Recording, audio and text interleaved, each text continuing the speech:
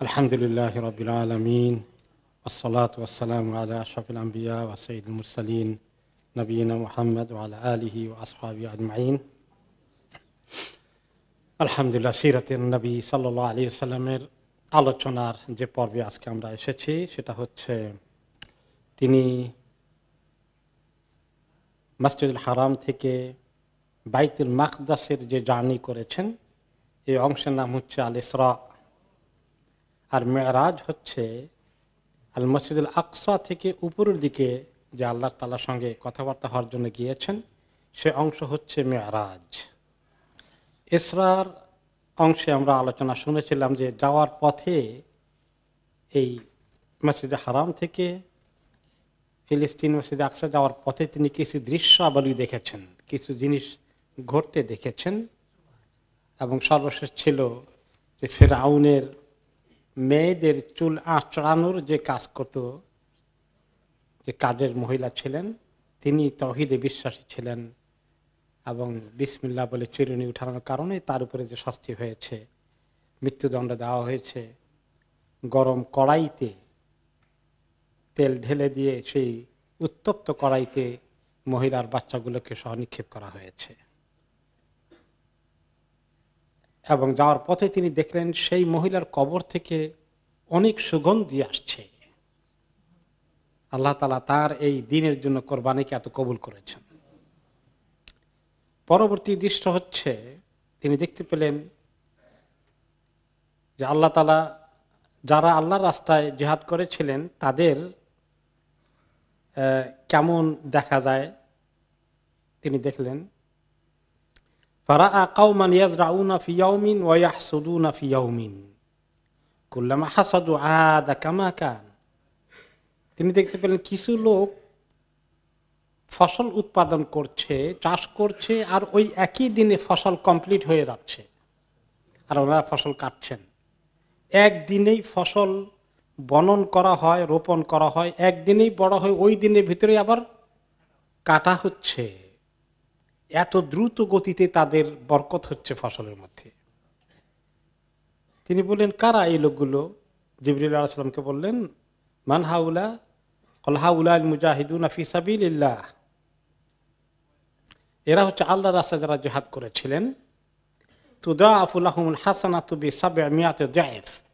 তাদের প্রত্যেকটি কর্মকে, কাজকে, আমলকে আল্লাহ তাআলা 700 গুণ বাড়িয়ে দিয়েছেন। ওয়ামা আনফাকু মিন শাইইন ফাহুয়া ইউখলিফুহু ওয়া হুয়া খায়রুর রাযিকিন। আর তারা যা কিছু আল্লাহর রাস্তায় খরচ করেছিল ফি সাবিলিল্লাহর কাজে, আল্লাহ তাআলা তাদেরকে সেগুলো অনেক গুণ বাড়িয়ে দিয়েছেন এবং তিনি অনেক উত্তম রিজিক দানকারী। অতঃপর তিনি আরেকটি দৃশ্য দেখলেন, যেটা 6 নম্বর আমাদের এই সিলসিলায়। কাওমান তুরদাখু রুউসুহুম বিস-সাখর। কিছু লোকের কে শাস্তি দেওয়া হচ্ছে, তাদের মাথাগুলোকে বড় পাথর দিয়ে স্ম্যাশ করে দেওয়া হচ্ছে, মাথাকে আঘাত করে গুঁড়ো করে দেওয়া হচ্ছে। কুল্লামা রুদিখাত আদাত কামা কানাত লা ইফাত্তারু আনহুম মিন যালিকা শাই। আবার যখনই স্ম্যাশড হয়ে যায়, মাথা গুঁড়ো হয়ে যায়, আবার কিছুক্ষণের মধ্যে মাথাটি আবার রূপ ধারণ করে, আবার স্ম্যাশ করা হয়, আবার মাথার রূপ ধারণ করে, আবার স্ম্যাশ করা হয়। কন্টিনিউ চলছে, কোনো থামাথামি নেই, এক নাগারে তাদের এই সাইকেল চলছে, এই শাস্তি চলছে। তিনি বললেন, ইয়া জিবরিল মান হাউলা? এই লোকগুলো কে জিবরিল? ক্বাল হাউলা আল্লাযিনা তাতাসাকালু রুউসুহুম ইনদাস সালাহ। এই লোকগুলো হচ্ছে যাদের নামাজ পড়ার সময় হয়ে গেলে তাদের মাথাটা ভারী হয়ে যেত, অর্থাৎ নামাজের জন্য তারা দাঁড়াতে পারতো না, নামাজ পড়তো না, বেনামাজি ছিল, সালাত আদায় করতো না। কি শাস্তি দেখেছেন? আমাদের কেউ যদি পরিচিত থাকে, বন্ধু বান্ধব, আত্মীয় স্বজন, ভাই ভাতিজা, নামাজ না পড়ে যদি এভাবে দিন পার করে দেয়, রাত পার করে দেয়, আমরা তাদেরকে অ্যালাউ করলে, ছেড়ে দিলে তাদের কি ক্ষতি হবে বুঝতে পারছি। সপ্তম দৃশ্য দেখলেন, আতা আলা কওমিন আলা আকবালিহিম রিকাউন ওয়া আলা আদবারিহিম রিকাউন ইয়াসরাহুনা কামা তাসরাহুল আনআম ওয়া ইয়াকুলুনা আদ-দারি' ওয়াজ-যাক্কুম ওয়া রাদাফা জাহান্নাম। তিনি দেখতে পেলেন কিছু লোককে যে তারা তাদের সামনে এবং পিছনে, সামনের দিকে এবং পেছনের দিকে বিশাল বিশাল পাহাড়ের মতো আছে, তারা এগুলাকে লটকিয়ে রাখা হয়েছে, তারা এগুলাকে টেনে নিয়ে যাচ্ছে, এত হেভি, এবং তারা টানতে পারছে না। তারা শেষ পর্যন্ত এক রকমের জানোয়ারের মতো এরকম করে তারা হামাগুড়ি দিয়ে যাচ্ছে, এগুলোর ভার টানতে পারছে না। এত বোঝা, পাহাড়ের মতন দুই বোঝা তাদের সামনে এবং পিছনে দেওয়া হয়েছে, এগুলোকে তারা টেনে নিতে পারছে না। পরে তারা গরু ছাগলের মতো, জানোয়ারের মতো, পশুর মতো হামাগুড়ি দিয়ে দিয়ে কোনো রকমে যাচ্ছে, খুব কষ্ট হচ্ছে তাদের। আর কি হচ্ছে তাদের? ওয়াকুলুনা দরিয়া, তারা জাহান্নামের মধ্যে এক ধরনের কাঁটাদার জঙ্গলের মতো আছে, এই কাঁটাদার জঙ্গলগুলো তারা ভক্ষণ করছে, খাচ্ছে, খেতে হচ্ছে। ওয়াজ-যাক্কুম, এবং তারা জাক্কুম খাচ্ছে। এমন জাক্কুমের কথা তো কোরআন শরীফে আসছে যে যেটা খুব কাঁটাদার, গলার ভিতরে আটকে যায় মুখে দিলে, এবং এটা অত্যন্ত তিতা, বিষের মতো। এটা খেলে মানুষ মরে যাওয়ার কথা, কিন্তু তারা জাহান্নামীরা তো মরবে না, মৃত্যু যন্ত্রণার মতো পোহাতে থাকবে এটা খেয়ে। ওয়ারাদাফা জাহান্নাম, এবং আরো হচ্ছে তাদেরকে খেতে হচ্ছে জাহান্নামের ভিতরে পাথরকে আগুনে পুড়িয়ে পুড়িয়ে, জ্বালিয়ে জ্বালিয়ে লাল করা হয়েছে, এইরকম অঙ্গারের মতো পাথরগুলোকে তারা খেতে হচ্ছে। এত শাস্তি তাদের। ফাকাল রাসূলুল্লাহ সাল্লাল্লাহু আলাইহি ওয়াসাল্লাম মান হাউলাই, জিবরিল এরা কারা? ফাকাল হাউলাই আল্লাযিনা লা ইউআদ্দুনা সাদাকাতি আমওয়ালিহিম, যারা তাদের ধন সম্পদের যাকাত আদায় করত না। যাকাত আদায় না করা শাস্তি। আমাদের মুসলিমদের মধ্যে যাকাত না দেওয়ার লোকজন কেমন আছে? অনেক আছে। এই সমস্ত দেশে আশা করি অনেকেই আলহামদুলিল্লাহ আল্লাহ তাআলার নিয়ামত যে দিন শিকার সুযোগ হচ্ছে এবং অনেকেই দিচ্ছেন মাশাআল্লাহ। কিন্তু আমাদের দেশে গেলে ও যারা এরকম বিত্তশালী আছে, ধনী আছে, তারা যাকাত দিতে হয় এই কথা কখনো চিন্তাও করেনি।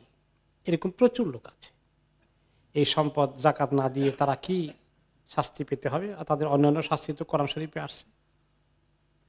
একটি শাস্তির কথা আছে, ওই যাকাতের সম্পদকে আবার লোহার মতো, এই জাতীয় কোনো ধাতুতে পরিবর্তন করে তাদেরকে এগুলা এক ধরনের বারের মতো তৈরি করা হবে, এইগুলোকে জ্বালিয়ে তাদেরকে সেক দেওয়া হবে কপালে, পৃষ্ঠদেশে, এবং বলা হবে তুমি তোমার সম্পদের মজা ভক্ষণ করো। আরেক রকম শাস্তি এসেছে যাকাত না দেওয়ার জন্য, বিশাল অজগর সাপ তাদেরকে পেঁচিয়ে ফেলবে, পা থেকে শুরু করে পেঁচাতে পেঁচাতে উপরে উঠে গলার এখানে পেঁচিয়ে তার মাথাটাকে এরকম করে ধরবে, আর তার এই দুই গালের মধ্যে ঠোকর মারবে।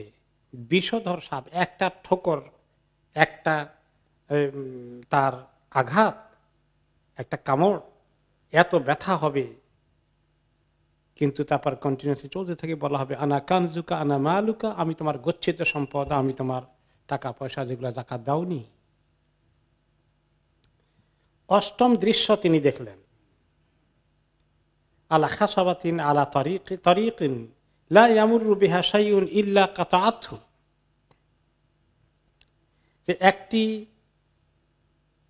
ইয়ের মতো, তক্তার মতো, কাঠের একটা টুকরার মতো, খুব ধার, কেউ ওখান দিয়ে পার হতে গেলেই, কোনো কিছু ওখান দিয়ে পার হয়ে গেলে এটা একদম কেটে যায়, এত ধার। তখন তিনি বললেন যে এটা কি কি জিনিস এটা ইয়া জিবরিল? ক্বাল হাযা মাসালু আকওয়ামিন মিন উম্মাতিকা ইয়াকউদুনা আলা আত-তারিকি ফায়াকতাউনাহা।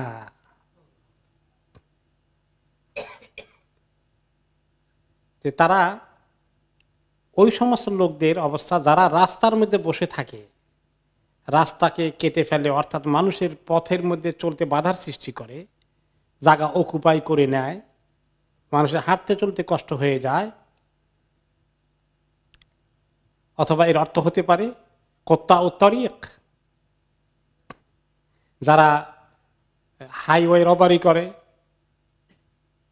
ডাকাতি করে, এটার অর্থ হতে পারে। এই কাজ যারা করে তাদের এই শাস্তি। আল্লাহ তাআলা কোরআনে পাকে বলেছেন, ওয়ালা তাকউদু বিকুল্লি সিরাতিন তুআইদুন, তোমরা রাস্তার মধ্যে বসে থেকো না। মানুষকে তোমরা শুআয়ব রাদিয়াল্লাহু আলাইহিস সালামের কওমকে আল্লাহ তাআলা বলেছিলেন, তোমরা রাস্তায় উট পেতে বসে থাকো, মানুষকে তোমরা চ্যালেঞ্জ করো, রিস্কের মধ্যে নিয়ে যাও, মানুষের উপর আক্রমণ করো, তাদের টাকা পয়সা কেড়ে নাও।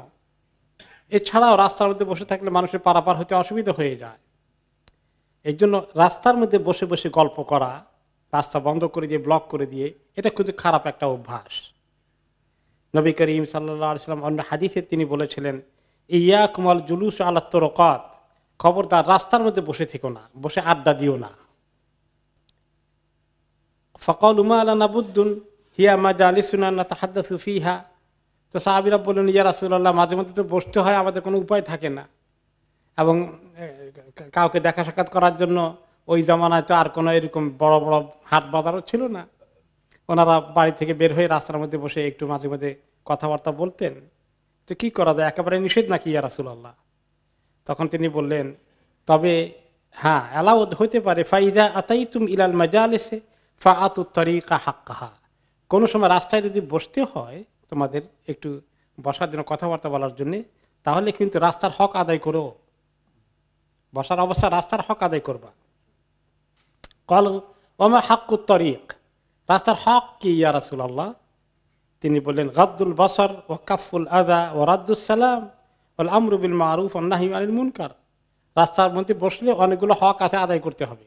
এক নম্বর হচ্ছে চোখকে মাঝে মধ্যে নিয়ন্ত্রণ করতে হবে, নিচের দিকে নামাতে হবে। মহিলারা যাতায়াত করবে, তখন চোখকে কন্ট্রোল করতে হবে। আর মানুষকে কষ্ট দেওয়া যাবে না, মানুষ যেন পারাপার হতে অসুবিধা না হয়।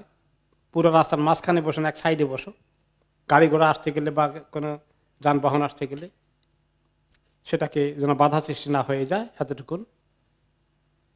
ওয়ারাদ্দুস সালাম, আর লোকজন যখন যাতায়াত করবে তারা তো সালাম দেবে তোমাদেরকে, তারা দাঁড়িয়ে আছে, তোমরা বসে আসো, তোমরা সালামের জবাব দিতে হবে। গল্প গুজবে আড্ডায় মেতে সালামের জবাব যদি মিস করো, তাহলে রাস্তার হক আদায় হবে না।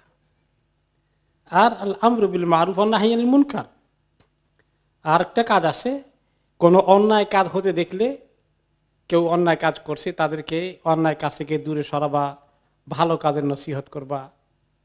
কেউ উল্টাপাল্টা করলে তাদেরকে দিনের দাওয়াত দিবা, গুনাহ থেকে সরে আসতে বলবা। এই কাজও করতে হবে, রাস্তায় বসলে এই হকগুলো আদায় করতে হবে। এছাড়া শুধু আড্ডা দেওয়ার জন্য বসে রাস্তায় বাধার সৃষ্টি করা, ক্ষতি করা, কারো কিছু কেড়ে নেওয়া, হাইজাকাররাও রাস্তার মধ্যে পেতে বসে থাকে, এই জাতীয় কোনো কাজ করলে এটা জঘন্য অন্যায়। তাদের শাস্তি হচ্ছে এরকম যে তাদেরকে উঠানো হবে একখণ্ড কাষ্ঠের মতো ধার, যেখানে তারা উঠবে আর কাটতে থাকবে, আবার উঠবে আবার কাটা হবে, আবার উঠবে আবার কাটা হবে, এই শাস্তি চলতে থাকবে। এরপরে দেখেন তিনি 9 নম্বর দৃশ্যের কথা হাদিসে এসেছে, 9th সিন। তিনি দেখলেন কি, একটি লোক জামা হিজমাতা হাতাবিন আদিমাতান, বিশাল কতগুলো কাঠের বা লাকড়ির, অনেকগুলো লাকড়ির বিশাল বোঝা সে বেঁধেছে, জমা করেছে, এগুলাকে টাই করে এখন লা ইয়াস্তাতিউ হামলাহা, এটাকে সে যে নিয়ে যাবে, উঠানোর চেষ্টা করে কিন্তু উঠাতে পারে না। ওয়াহয়ুরিদু আন ইয়াজিদা আলাইহা, এরপরে গিয়ে আবার আরো কিছু নিয়ে আসে বোঝা বাড়ানোর জন্য। কিন্তু ডাজন্ট মেক সেন্স। এত বড় বোঝা সে ক্যারি করতে পারে না, উঠাতে চেষ্টা করে পারে না, আবার গিয়ে আরো এনে যোগ করে, এই অবস্থা কি ইয়া জিবরিল? তখন তিনি জবাব দিলেন, হাযা রাজুলু মিন উম্মাতিকা, তাকুনু ইনদাহু আমানাতুন নাস লা ইয়াকদিরু আলা আদাইহা ওয়া হুয়া ইউরিদু আন ইয়াহমিলা আলাইহা। আপনার উম্মতের কিছু লোক আছে এমন হবে যারা মানুষের অনেক আমানতের দায়িত্ব মাথায় নেবে, টাকা পয়সা আমানত নেবে, ব্যবসা বাণিজ্য করতে গিয়ে তাদের থেকে টাকা পয়সা নেবে, আমানত নেবে, এগুলো কিন্তু আদায় করার কোনো ক্ষমতা নাই, আদায়ের চিন্তা নাই, খালি ঢুকায় আর ঢুকায়, দেওয়া লাগবে তো সে চিন্তা করে না, সে আরো নিতে চায়, আরো লোকদের থেকে কিভাবে আরো ঢুকানো যায় এই চিন্তা করে। যে অন্যের মাল টাকা পয়সা নিয়ে ব্যবসা করার এই ফন্দিটা আসলেই ভালো না। অনেকেই জানি তারা হয়তো খারাপ চিন্তা করে না যে আমার একা এই পুঁজি দিয়ে পারি না, পুঁজি বেশি হলে ভালো ব্যবসা হবে, কিন্তু অনেকের পুঁজি নিয়ে যিনি ব্যবসা করতে চান এরকম লোক কতজন সাকসেসফুল হয়েছে? মেজরিটি কেসে দেখা যায় সুবিধা হয় না, মানুষের আমানত ফেরত দিতে পারে না। এই জন্য এরকম অনেক দাম দরবার আমাদের সোসাইটিতে আছে, আমাদের অনেকের ভিতরে আছে, পার্টনারশিপ নিয়ে অনেকে টাকা পয়সা নিয়ে ব্যবসা বাণিজ্য নামছে, খুব লাভ টাভ দেবো। এখন দেখা যায় কি অবস্থা, লাভ তো দূরের কথা, এখন মূল টাকাটা পাওয়া যায় কি না এটা নিয়ে বিপদে আছে। আর এই বেচারা মনে হয় পেরেশানি নাই, কিভাবে দেবে চিন্তাও নাই তার মনে হয়, যেন তাকে তো ছেড়ে দিলে তার জবাব দিতেই থাকবে, কি করবো এখন তো এরকম হয়েছে সেরকম হয়েছে। আপনি তো এত কাহিনী বলেন, যার এত টাকা নিয়েছেন তার তো কলজা ছিঁড়ে যাচ্ছে, আপনার কাহিনী শুনে তো টাকা লাভ হবে না, সে তো টাকা চায়। এই জন্য খুব সাবধান, টাকা পয়সা, অন্য টাকা পয়সা নিয়ে ব্যবসা করার চিন্তা এটা কোনো ভালো চিন্তা না। ছোট ব্যবসা করেন, আস্তে আস্তে আল্লাহ কিসমত রাখলে আস্তে আস্তে যদি বড় হয়, আপনার টাকা দিয়ে বড় হন, এইটাই ভালো চিন্তা। কি আপনারা একমত হতে পারলেন? অনেক মানুষের টাকা নিয়ে বিশাল ব্যবসা করব, শেষে সব দেখা যায় কিছুই হয় না, এত মানুষ টাকা দিবেন কোত্থেকে? 10 নম্বর দৃশ্য দেখলেন, আলা কাউমিন তুকরাদু আলসিনাতুহুম ওয়া শিফাহুহুম বিমাকারিদা মিন নার। কিছু লোকের জিহ্বা এবং ঠোঁট আগুনের কেচি দিয়ে কেটে দেওয়া হচ্ছে। ইন্না লিল্লাহি ওয়া ইন্না ইলাইহি রাজিউন। কুল্লামা কুরিদাত আদাত কামা কানাত, যতবার কাটা হয় আবার পরক্ষণেই সেটা নতুন করে আবার গ্রো করে, আবার কাটা হয়, আবার গ্রো করে, আবার কাটা হয়। এই শাস্তি চলছে। লা ইয়াফতুরু আনহুম মিন যালিকা শাই, কোনো কিছুই থামাচ্ছে না তাদেরকে, বা বিরতি নেই, এই কন্টিনিউয়াসলি চলছে এই শাস্তি। তিনি বললেন, ইয়া জিবরিল মান হাউলা, এরা কারা, এদের শাস্তি হচ্ছে যে? ক্বাল হাউলাই খুতাবাউ মিন উম্মাতিকা ইন্না লিল্লাহি ওয়া ইন্না ইলাইহি রাজিউন। এরা হচ্ছে আপনার উম্মতের যারা বড় বড় বক্তা, ইন্না লিল্লাহি ওয়া ইন্না ইলাইহি রাজিউন, যারা ইসলামের খুতবা দেন, ওয়াজ করেন, বক্তৃতা করেন, তারা যে কি বিপদে আছেন। আল্লাহুম্মা ইন্না নাসআলুকাল আফওয়া ওয়াল আফিয়া, আল্লাহুম্মা ইন্না নাসআলুকাল আফওয়া ওয়াল আফিয়া। হাউলাই মিন খুতাবাউ মিন উম্মাতিকা, এরা আপনার উম্মতের বক্তাগুলো, স্পিকারস। ইয়ামুরুনা বিন নাসা বিল বির ওয়া ইয়ানসাউনা আনফুসাহুম ওয়া হুম ইয়াতলুনাল কিতাব আফালা ইয়াকিলুন। তারা মানুষকে অনেক ভালো কাজের উপদেশ দেয়, নসিহত করে, ওয়াজ করে, কিন্তু নিজেদের ক্ষেত্রে ভুলে যায়, আমল করে না। অথচ তারা কিতাব তেলাওয়াত করে, পড়ে, তারা কি বুঝে না কি জঘন্য অন্যায় কাজ তারা করছে?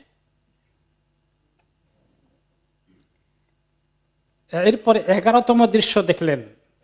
11তম দৃশ্য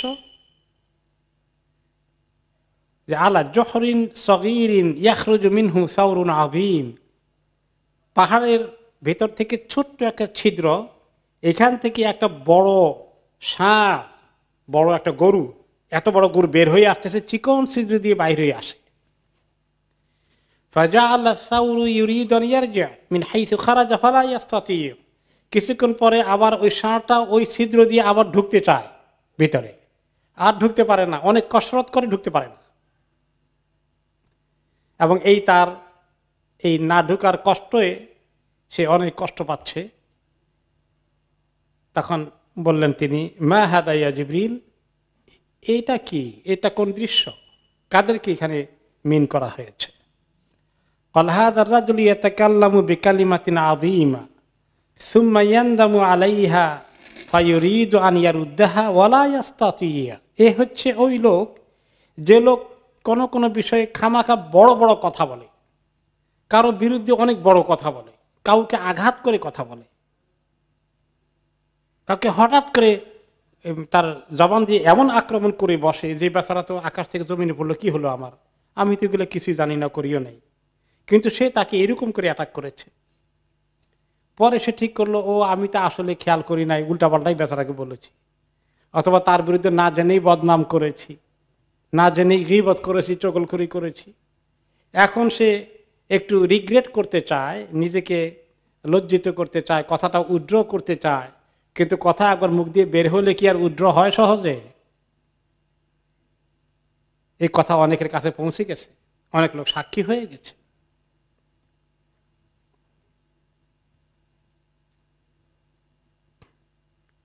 আর কোনো কোনো কথা কারো বিরুদ্ধে শুধু নয়, অনেক অন্যায় আজগবি বড় কথা বলে বসলো, দিনের ব্যাপারে বড় কথা বলে বসলো, জানে না যেটা সেটা বললো যে এরকম কিছু, হালালকে হারাম বানিয়ে ফেললো, আবার হারামকে হালাল বানিয়ে ফেললো, এইরকম করছি উল্টা পাল্টা আজগবি কথা যদি কেউ বলে, এমন কথা যে কথা আল্লাহর দৃষ্টিতে অপরাধ, কিন্তু সে হালকাভাবেই বলে ফেললো।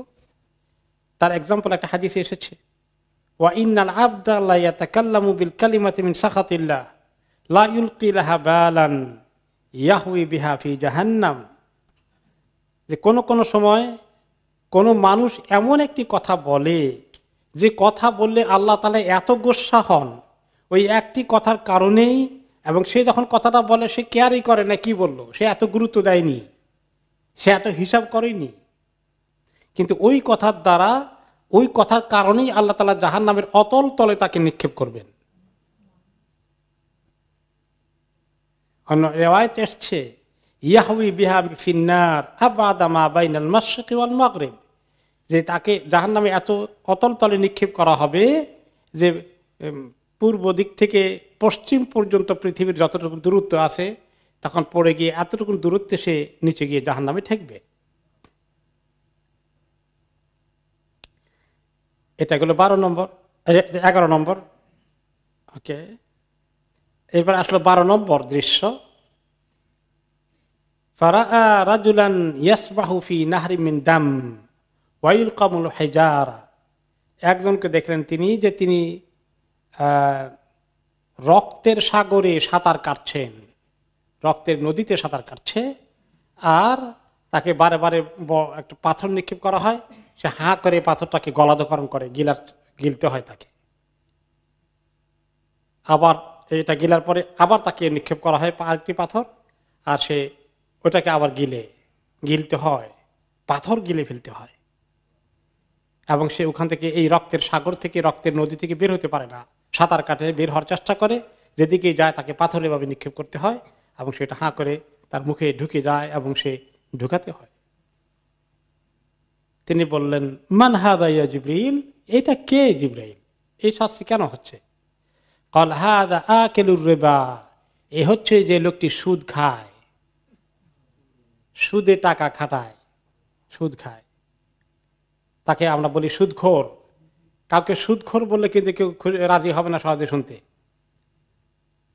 কাউকে সুদখোর বললে সে কি খুশি হবে? তো অনেকে ব্যাংকে টাকা বাড়ায়, কয় না ওটা সুদ না, এটা মুনাফা দেবে, মুনাফা। হ্যাঁ, আচ্ছা, ইন্টারেস্ট কয়, ইংলিশে কয় না। আচ্ছা, আবার কেউ কেউ আছে যে ব্যবসা বাণিজ্য করে, একজনের কাছে বলে যে আপনার টাকা খাটান, আমি আপনাকে লাভ দেব। কত করে দেন আপনি? 10,000 টাকা, মাসে মাসে আপনারে আমি 300 টাকা করে দেব। এখন এটা এই যে 10,000 টাকা দিন, মাসে মাসে 300 টাকা দেব, লাভ ক্ষতির কোনো হিসাব কিন্তু কিছু নাই, আপনি মাসে মাসে পাবেন, এটার নাম কি? সুদ। কিন্তু এটা হালাল হয় কোন তরিকা? যদি বলে 10,000 টাকা দেব, আপনার লাভ ক্ষতি যা হয়, লাভ হইলেও আমি লাভের অংশ নিব, ক্ষতি হলেও ক্ষতির অংশ নিব, ধরেন 30% আমার আর 70% আপনার। এখন কত লাভ হইলো সে অনুযায়ী 30%, 70%, 50%, 50%, 60%, 40%, যেটা আপনারা এগ্রি করেন সে অনুযায়ী ভাগ হবে, লাভ ক্ষতির দায়িত্ব। আবার যদি কোনো সময় ধপাস করে ক্ষতি হয়ে যায় তাহলে সেই ক্ষতির দায়িত্ব আপনি নেবেন পার্সেন্টেজ অনুযায়ী। এটা কিন্তু হালাল। এই রিস্কে অনেকেই যায় না, বলে না আমি ক্ষতির রিস্কে নাই, আমাকে মাসে মাসে আপনি যেটা দিবেন ফিক্স করে নিলাম, এইটার নাম কি? সুদ। এরকম সুদ অনেকে খায়, মনে করে এটা আমি সুদের কথা বলি নাই, ব্যবসায় টাকা খাটাবে আমাকে লাভ দিবে, সুদ হয় কেমনে? এই সুদ হয় এইরকমে, লাভ ক্ষতির দায়িত্ব না নিলে কি হয়? সুদ হয়। শুধু একতরফা লাভ ফিক্স করে নিলাম তাহলেই সুদ। ফিক্স না করলেও যা লাভ হয় তা দিবেন, কিন্তু ক্ষতিটা যোগ করেন নাই, যে ক্ষতি হলে কিন্তু আমি নাই সেটার মধ্যে, আমি না সেটা আপনি আসেন, আর লাভটা শুধু পাইলে লাভের অংশ আমি আসি, এটার নামই সুদ। এরপর আসলে 13 নম্বর দৃশ্য দেখেছেন তিনি, দেখতে পেলেন মুসা আলাইসাল্লামকে অহুয়া ইউসাল্লি ফি কবরিহি। মুসা আলাইসাল্লামকে দেখলেন নামাজে, তিনি নামাজ পড়ছেন, কবরের মধ্যে নামাজ পড়ছেন। কবরের মধ্যে নামাজ পড়ছেন কে? মুসা আলাইসাল্লাম। তিনি বলেন আতাইতু আও মারারতু আলা মুসা লাইলাতা উসরিয়া বি ইনদাল কাসিবিল আহমার।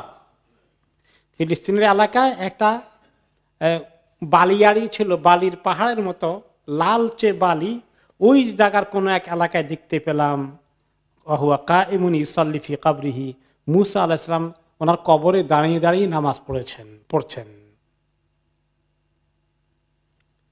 মুসা আলাইহিস সালামের এটা একটা বিশেষ মর্যাদা যে আল্লাহ তাআলা ওনাকে তিনি আল্লাহর কাছে চেয়েছেন, আবদার করেছেন যে আল্লাহ কবরে গিয়ে যেন একটু নামাজ পড়তে পারি। আল্লাহ নামাজ পড়ার দুনিয়াবি নবুয়তের দায়িত্ব পালন করতে করতে ওনার নামাজ পড়ার শখটা মিটে নাই।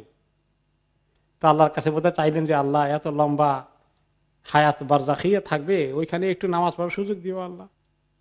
আল্লাহ তাআলা কবুল করে ফেলেছেন। মাঝে মধ্যে আমাদের মনের মধ্যে কিছু তামান্না আসে, দুনিয়ার ব্যস্ততার কারণে ঠিক মতো নামাজ কালাম কোরআন শরীফ তেলাওয়াত করার সময় দিতে পারে না, এত দৌড়াদৌড়ির মধ্যে থাকি, কবরের মধ্যে এত লম্বা সময় ঘুমাই কি করব। ওই সময় যদি একটু কোরআন শরীফ পড়া যেত কেমন হতো, কিতাবপত্র কিছু পড়া যেত, কিছু জিকির আজকার করা যেত, সবাইকে আল্লাহ তৌফিক দেবেন না। এই ছোট্ট হায়াতেই সেটা করতে হবে। এই দুনিয়া ইবাদতের জন্যই সৃষ্টি করেছেন, ওমা খালাকতুল জিন্না ওয়াল ইনসা ইল্লা লিয়াবুদুন। এই দুনিয়ার মধ্যে এই দুনিয়ার ব্যস্ততাকে কিভাবে কমানো যায় আল্লাহ তাআলা যেন আমাদেরকে তৌফিক দেন, কাট করে যেন একটু আল্লাহর কাছে আমরা দাঁড়াতে পারি, একটু সময় দিতে পারি, আখিরাতের জন্য একটু বড় ইনভেস্টমেন্ট যেন হয়ে যায়, আল্লাহ তাআলা যেন আমাদেরকে তৌফিক দেন।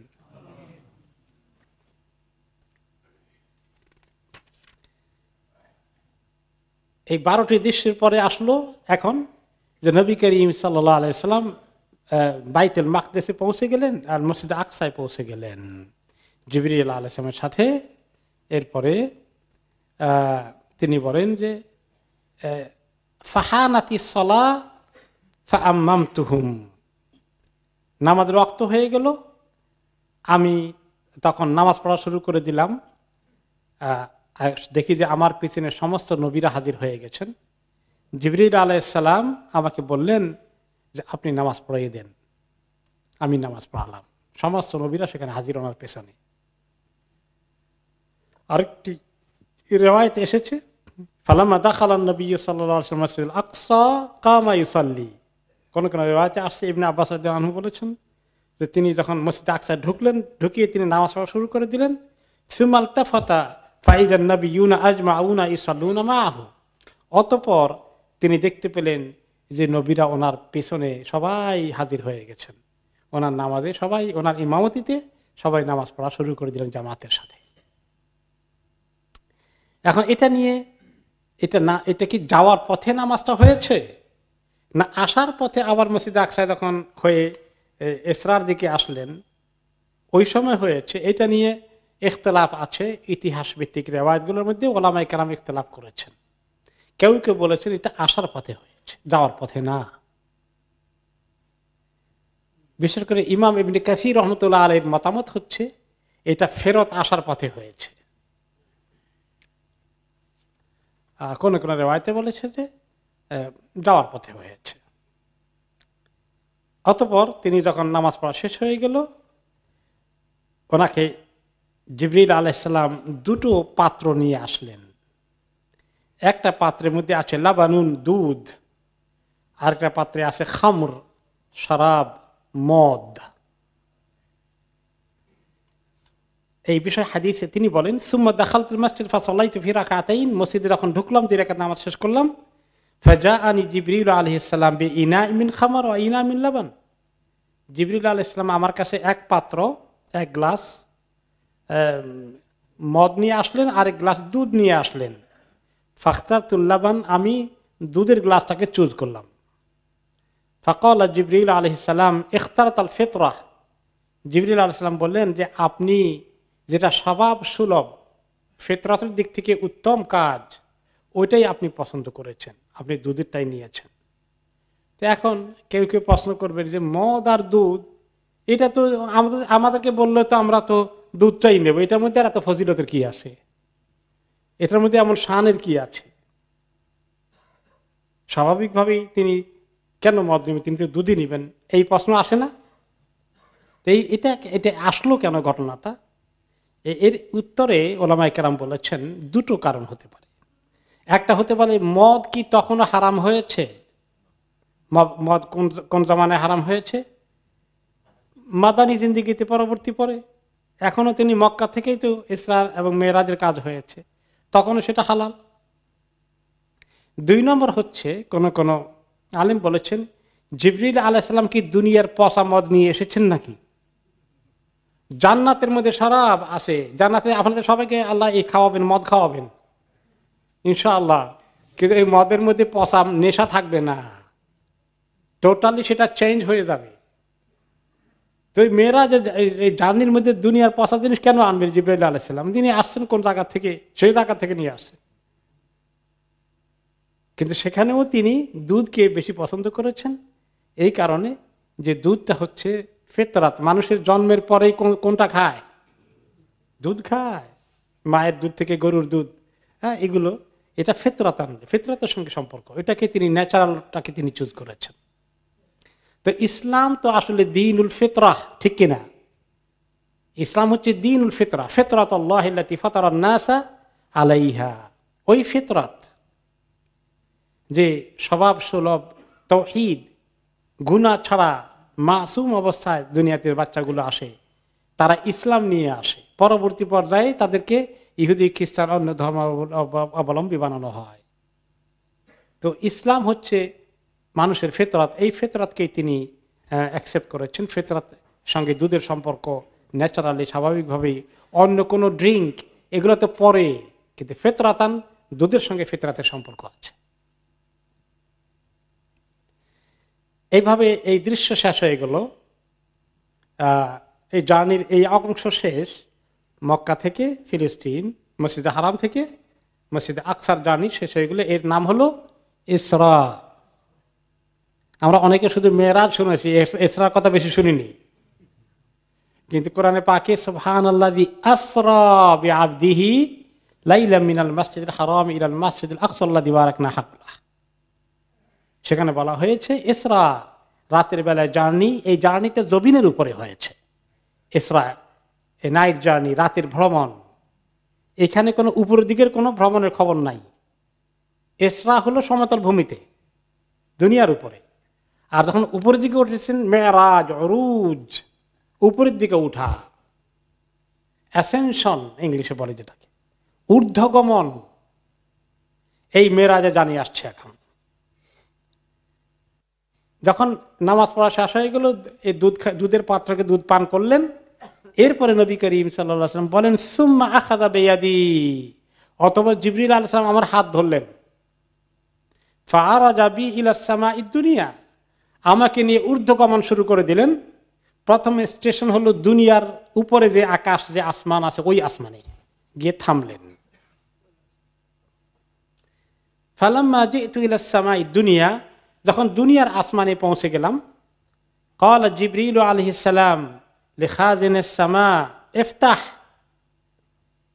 জিবরিল আলাইহিস সালাম যে ওই প্রথম আকাশের ফেরেশতা যিনি গার্ড আছেন, সিকিউরিটি ইনচার্জ আছেন, কেয়ারটেকার আছেন, ওনাকে বললেন যে আপনি দরজা খোলেন। ফাকালা মান আনতা, আপনি কে? ক্বালা জিবরিল, আমি তো জিবরিল। ওমাম্মা কা, আপনার সঙ্গে আরেকজনকে? ক্বালা মুহাম্মদ, মুহাম্মদ সাল্লাল্লাহু আলাইহি সাল্লাম। ফাকাল ওয়াকাদ উরসিলা ইলাইহি, আচ্ছা ওনার কাছে কি ওহী পৌঁছে গেছে, নবুয়তের এই মেসেজ ওনার কাছে চলে গেছে, নবুয়ত পেয়ে গেছেন অলরেডি? ক্বালা নাম, হ্যাঁ তা পেয়েছে, ওনাকে নিয়ে এসেছি, অনেক কাজ আছে। ক্বালা মারহাবান বিহি ফানি'মাল মাজিউ জাআ, তখন ওয়েলকাম করলেন এবং বললেন যে খুবই ভালো মেহমান আমাদের এসে গেছে, ভালো আগন্তুক, এত সম্মানিত মেহমান কি আমরা সহজে পাই? দরজা খুলে দিলেন। এই যে জিবরিল আলাইহিস সালাম উপরের দিকে উঠলেন, এইখানে বোরাক ইউজ করেছেন কিনা, কেউ কেউ মনে করেছেন বোরাক ইউজ করেছেন, কিন্তু সহি কথা হচ্ছে এখানে বোরাক ইউজ করেন নাই। জিবরিল আলাইহিস সালাম ওনাকে হাত ধরে নিয়ে গেছেন, বোরাকে বেঁধে রেখেছেন বাইতুল মাকদাসের ওখানে একটা পাথরের মধ্যে একটা এরকম করে রিঙ্গির মতো গর্ত হয়ে আছে, ওই জায়গায় বোরাকটাকে বেঁধে রেখে এসেছেন। উপরের কাজ সেরে যাওয়ার পথে ওখান থেকে দুনিয়ার সফরটা বোরাকের উপরে হবে, কিন্তু উপরের দিকের সফরটা জিবরিল আলাইহিস সালাম ওনাকে ধরে ফ্লাই করেছেন নিজে। জিবরিল আলাইহিস সালামের জন্য ফ্লাই করা তো কোনো কঠিন কাজ না, তিনি তো নিয়মিত ওহী নিয়ে ফ্লাই করছেন। এখন আর কি বিশেষ অ্যাসাইনমেন্টে তিনি এখন নিয়ে যাচ্ছেন। তো যখন সেখানে পৌঁছে গেলেন, ফালাম্মা আলাউনা আস-সামা আদ-দুনিয়া ফাইযা রাজুলুন কাঈদুন আন ইয়ামিনিহি আসওয়াদাতুন ওয়া আন ইয়াসারিহি আসওয়াদাতুন, প্রথম আকাশের উপরে উঠে যখন অবস্থান নিলাম, তখন দেখি যে একজন লোক বসে আছেন, সিটিং। তার ডানে একটা বালিশের মতো কোল বালিশ বড় কিছু, বাম পাশে আবার একটু আরেকটা বালিশের মতো আছে, তিনি এইভাবে বসে আছেন। আর একবার ডান দিকে দেখেন, আবার বাম দিকে দেখেন। ফাইযা নাযারা কিবালা ইয়ামিনিহি দাহিকা, ডান দিকে যখন দেখেন, দেখে ওনার একটু হাসি চলে আসে, মুচকি হাসেন, খুশির হাসি আসে। ওয়া ইযা নাযারা কিবালা শিমালিহি বাকা, আর বাম দিকে যখন তাকান ওনার খুব কষ্ট হয়, তিনি কাঁদতে থাকেন।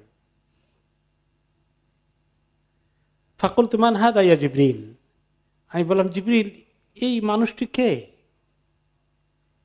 ক্বালা হাদা আবুকা আদম, উনি তো আপনার বাবা আদম আলাইহিস সালাতু ওয়াস সালাম।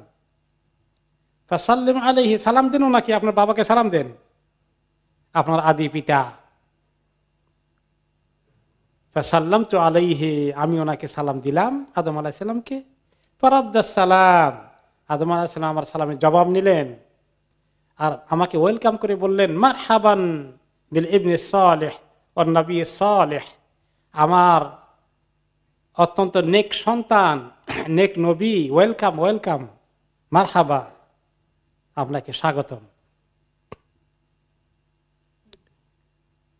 ثم قال جبريل وهذه الأسودة عن يمينه وعن شماله نسم بنيه, এই যে বালিশের মতো দেখেছেন, ডান দিকে কিছু একটা আর বাম দিকে এরকম বালিশের মতো করে আছে দুই পাশে। ডান দিকের এগুলো এই বালিশের মতো, এটা তার কতগুলো সন্তানের, আহলুল ইয়ামিনি আহলুল জান্নাহ, তার সমস্ত সন্তান, তার গোষ্ঠীর মধ্যে যত নেককার জান্নাতি আসবেন তাদের রূহগুলো তার ডান পাশে বালিশের মতো করে এরকম করে সবগুলো ওখানে পাইল করা আছে। আর বাম দিকে যে বালিশের মতো করে আছে, এইখানে তারা জাহান্নামী যারা হবে, তার বংশধরের মধ্যে পরবর্তী বংশধর যারা কাফের, বেদিন, মুনাফিক, এই পর্যায়ে হয়ে যাবে গুনাহগার, এদের রূহগুলো এখানে আছে।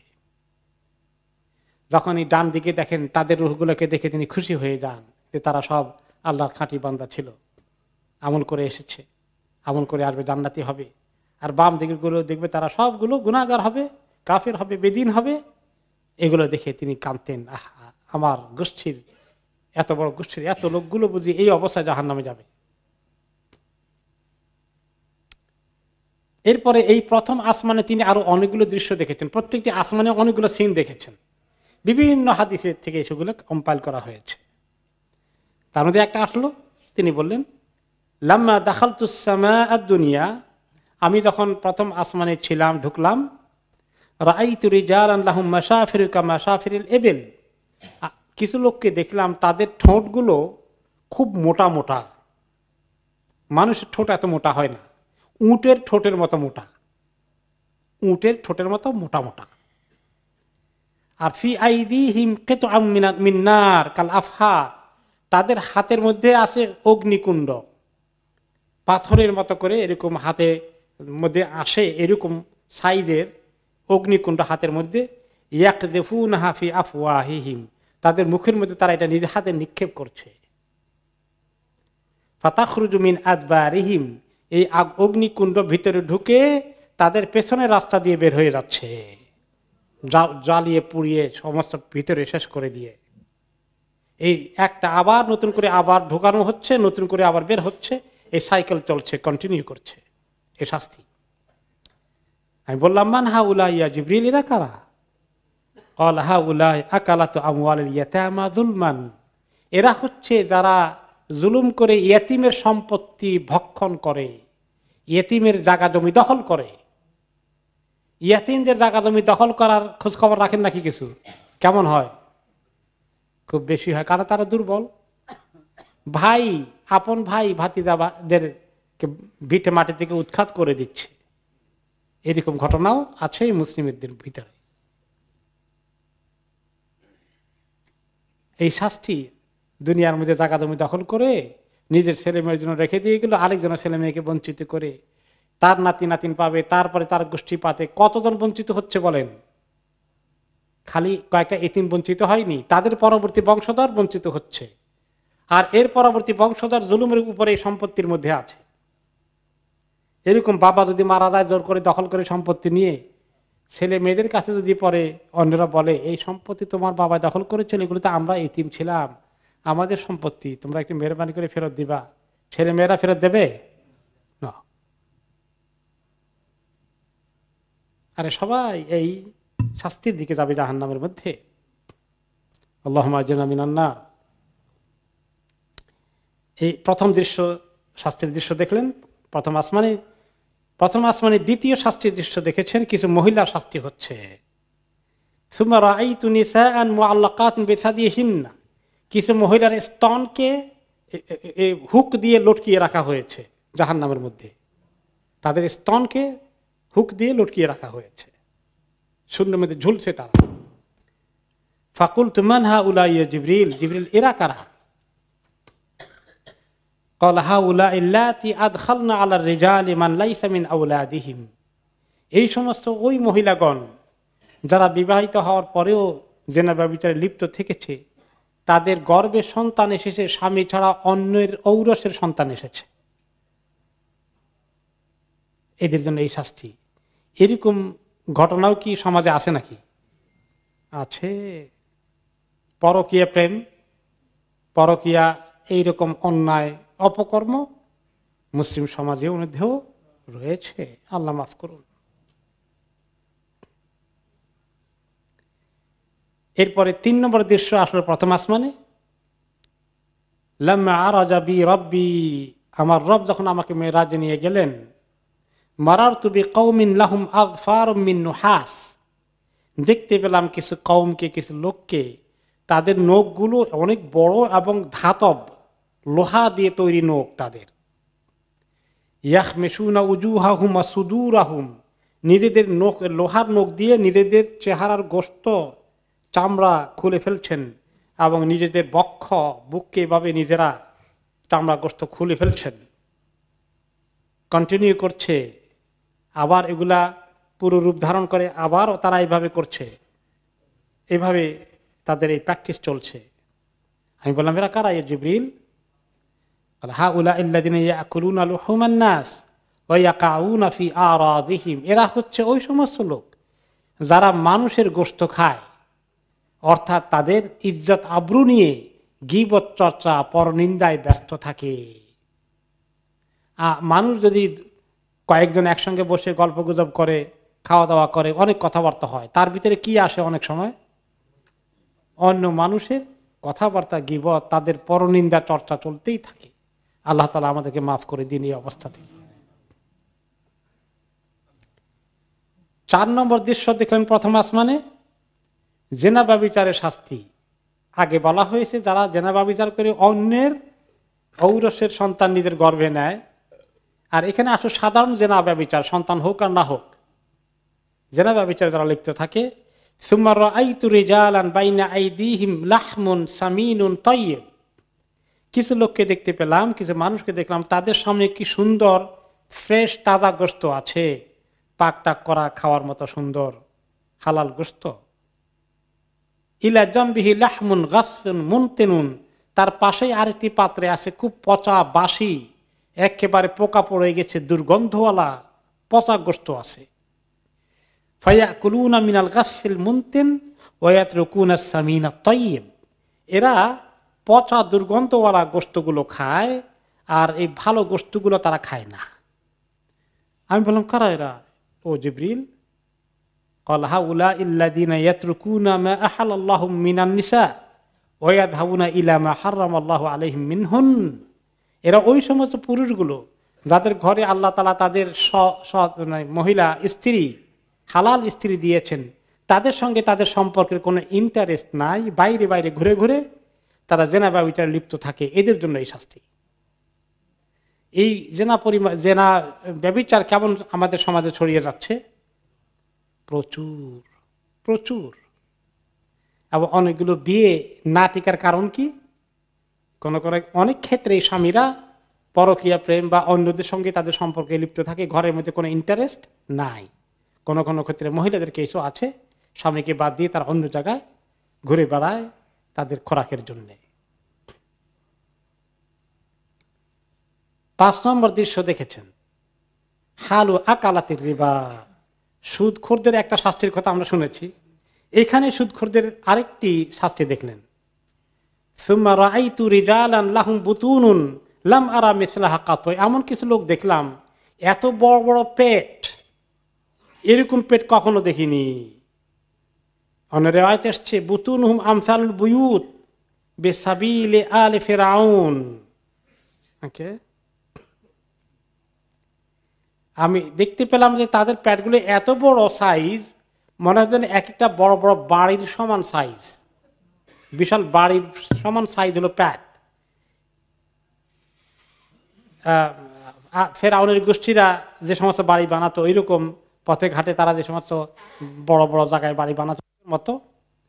কাল ইবিল মাহিউমাতে, তারা যখন হাঁটছে, যে কোনো কোনো সময় উট যখন অসুস্থ হয়ে যায়, অসুস্থ হওয়ার কারণে সে খাওয়া দাওয়া না করে বেহুঁশ পড়ে থাকে জমিনের মধ্যে, এদের অবস্থা এরকম।